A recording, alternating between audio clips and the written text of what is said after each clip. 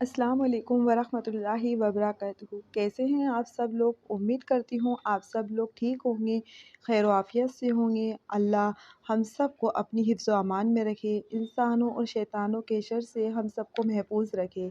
آج کی ویڈیو خاص ان لوگوں کے لیے ہے جو قرض کے بوجھ سے دبے ہوئے ہیں، چاہے وہ قرض کم ہو یا زیادہ ہو۔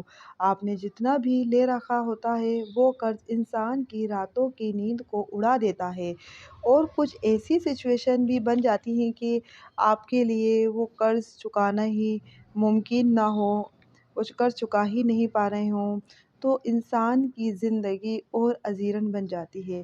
اس میں کوئی شک نہیں ہے، لیکن جیسا کہ میں ہر بار آپ کو کہتی ہوں، اللہ تعالیٰ کسی انسان کو اگر آزمائش میں ڈالتا ہے تو اس آزمائش سے نکلنے کے لیے اللہ تعالیٰ نے بہت سے طریقے اپنے بندوں کو بتا دیے ہیں، پھر چاہے وہ طریقے کسی بھی صورت میں قرآن میں موجود ہوں یا اللہ تعالیٰ کے پیارے نبی حضرت محمد صلی اللہ علیہ وسلم نے بتائے ہوں۔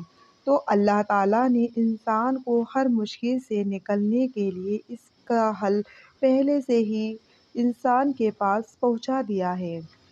اب یہ انسان پہ ڈیپینڈ کرتا ہے وہ کس طرح سے محنت کر کے اس سولوشن کو ڈھونڈ لیتا ہے، چاہے وہ کوئی اسپیسیفک کلمات ہوں یا دعائیں ہوں۔ تو آگے ہماری کوشش ہونی چاہیے کہ ہم ان چیزوں کو ریسرچ کے بیسس پہ آسان کریں۔ تو یہ اللہ تعالیٰ کا ایک بہت بڑا احسان ہے۔ اللہ تعالیٰ نے اپنے پیارے نبی حضرت محمد صلی اللہ علیہ وسلم کے ذریعے ہم پر یہ مشکل کو کم کیا ہے، اس طرح کی ہمیں دعا بتا کر۔ یہ دعا اگر ایک انسان قرض کے بوجھ تلے دب جاتا ہے یا کسی بھی وجہ سے وہ اسی مصیبت کا شکار ہو جاتا ہے تو وہ کیسے اس مسئلے سے نکل سکتا ہے، کیونکہ تقریباً ہر ایک دوسرے انسان کو زندگی میں کسی نہ کسی موڑ پر قرض کا سہارا لینا ہی پڑتا ہے۔ کوئی مسائل ایسے آ جاتے ہیں تو انہیں قرض لینا پڑتا ہے، یا پھر وہ قرض کی ادائیگی بھی نہیں کر پاتا ہے، کیونکہ وہ نے قرض لے لیا ہے ایکچولی وہ ادائیگی بھی نہیں کر پا رہا ہے، تو اسے ایک محاجز ہے۔ تو یہ جو عمل میں آج آپ کو بتانے جا رہی ہوں، اسے آپ ایک نوٹ ڈاؤن کر لیجئے۔ تو آپ کے آس پاس کوئی اور عزیز وقار کوئی جاننے والا اس مسئلے سے گزر رہا ہو اور وہ اپنا قرض نہیں اتار پا رہا ہو، تو آپ کی ذمہ داری بنتی ہے کہ یہ عمل آپ اس تک پہنچائیں، اس کے ساتھ اس کو شیئر کریں، کیونکہ یہ چیز ایک صدقہ جاریہ ہوتا ہے۔ اور کوشش کیا کریں ویڈیو کو لاسٹ تک دیکھیں۔ اس کا ریزن یہ ہوتا ہے کہ بہت سارے سوال ہم لوگوں کے من میں ہوتے ہیں جب ہم ویڈیو دیکھتے ہیں، تو اس کے جوابات ویڈیو کے اندر ہی مل جائیں گے آپ کو۔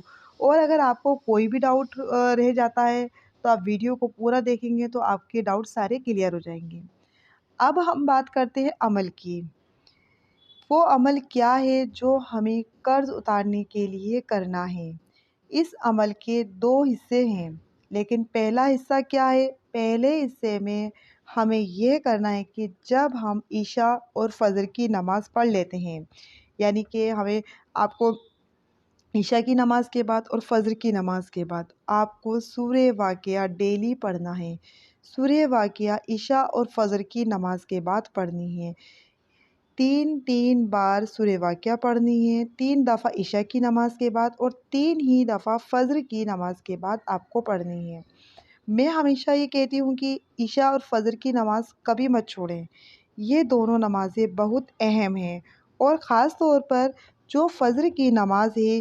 اور اگر آپ کو اس بات کا اندازہ ہوتا ہو کہ فجر کی نماز کے بعد فرشتے رزق لے کر آتے ہیں، تو جس گھر میں نماز پڑھی جاتی ہے اس میں کوئی شک نہیں ہے کہ وہاں پر رزق کی فراوانی ہوتی ہے۔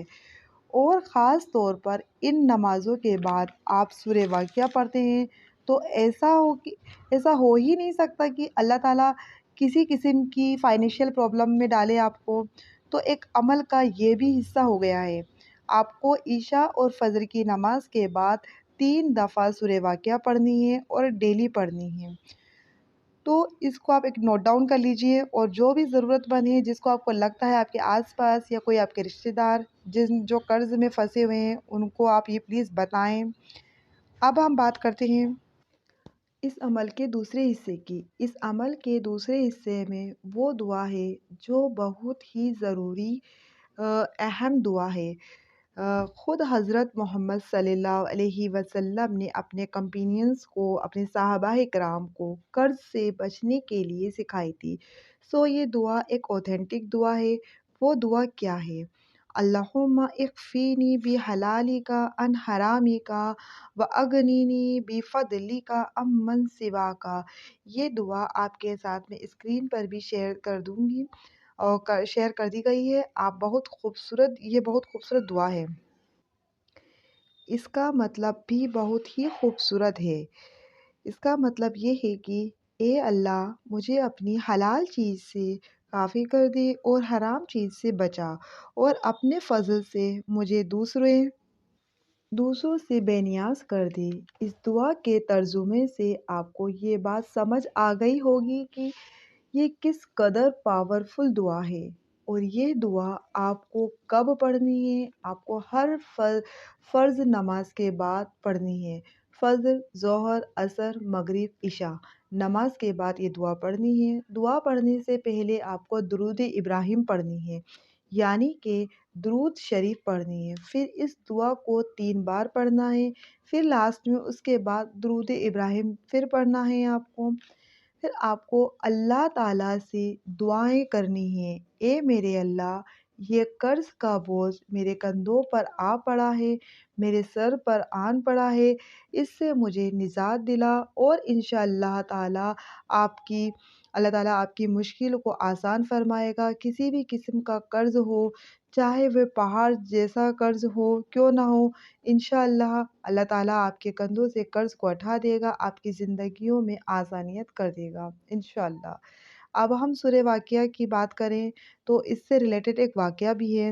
ایک بار ایک شخص نے نبی کریم صلی اللہ علیہ وسلم سے ایک سوال کیا کہ وہ اپنی مالی حالات کو بہتر کیسے بنا سکتا ہے۔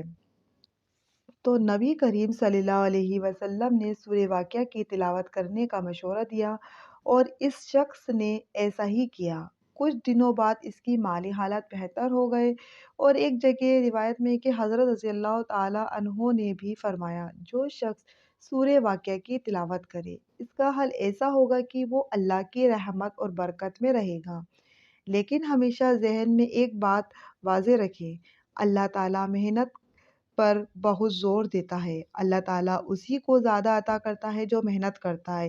یہ نہیں کہ آپ قرض اٹھاتے جائیں اور اس قرض کی ادائیگی کے لیے محنت نہ کریں۔ پہلی بات تو آپ یہ کوشش کریں کہ آپ کو کسی سے قرض لینا ہی نہ پڑے، بلا وجہ، وہ بھی غیر ضروری حاجت کے، جیسا آج کل یہ ہوتا ہے۔ شادی وغیرہ کے لیے ہم قرض لے لیتے ہیں، اور شادی کو نمٹا رہے ہیں ہم قرض لے کے، بہت دھوم دھام سے ہم شادیاں کر رہے ہیں، اسراف کرتے ہیں، بلا وجہ کے بہت زیادہ اخراجات میں بھی ہم پڑ جاتے ہیں۔ اور پھر اس کا اینڈ کیا ہوتا ہے؟ اینڈ یہ ہوتا ہے کہ شادی تو ہو گئی، سب نے شان و شوکت بھی دیکھ لی ہے جو آپ نے قرض اٹھا کر کری ہے، لیکن اس کے بعد مصیبت کس کو جھیلنی پڑتی ہے؟ آپ کو اور آپ کے گھر والوں کو۔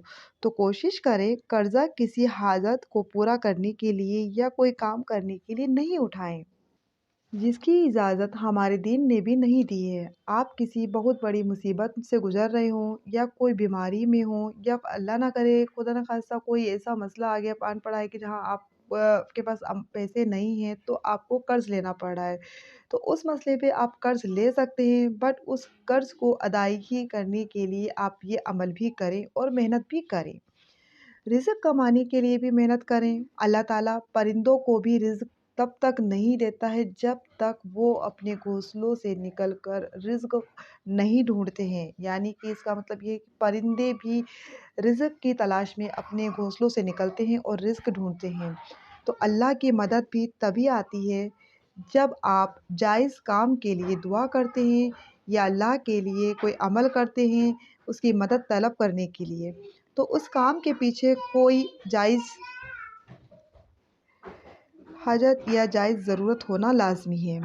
اینڈ اگین میں آپ کو پھر یہی کہنا چاہوں گی، آپ نمازیں نہ چھوڑا کریں، کوشش کریں آپ 5 وقت کی نماز لازمی پڑھیں، کیونکہ ہمارے لیے بہت ضروری ہے۔ اپنے رب کے قریب رہیں۔ اللہ کے قریب ہوں گے تو ہی ہماری دعائیں قبول ہوں گی، ہماری دعائیں اللہ تعالیٰ سنیں گے۔ آپ خود سوچیں، ہم ایک طرح سے ہم وظائف کر رہے ہیں اور وظائف کر رہے ہیں، خوب عمل کر رہے ہیں بنا نماز کے، تو کیا وہ ہمارے عمل یا ہماری وظائف قبول ہوں گے؟ نہیں ہوں گی۔ تو اللہ سے آپ دعا کریں، بٹ آپ نمازوں کی پابندی کے ساتھ یہ سارے وظائف، یہ عمل آپ کریں، اس لیے کہ اپنی آخرت کو بھی سنوارنے کی تیاری کریں، اور وہ سنوارنا ہماری خود کی ایک ضرورت ہے۔ ہم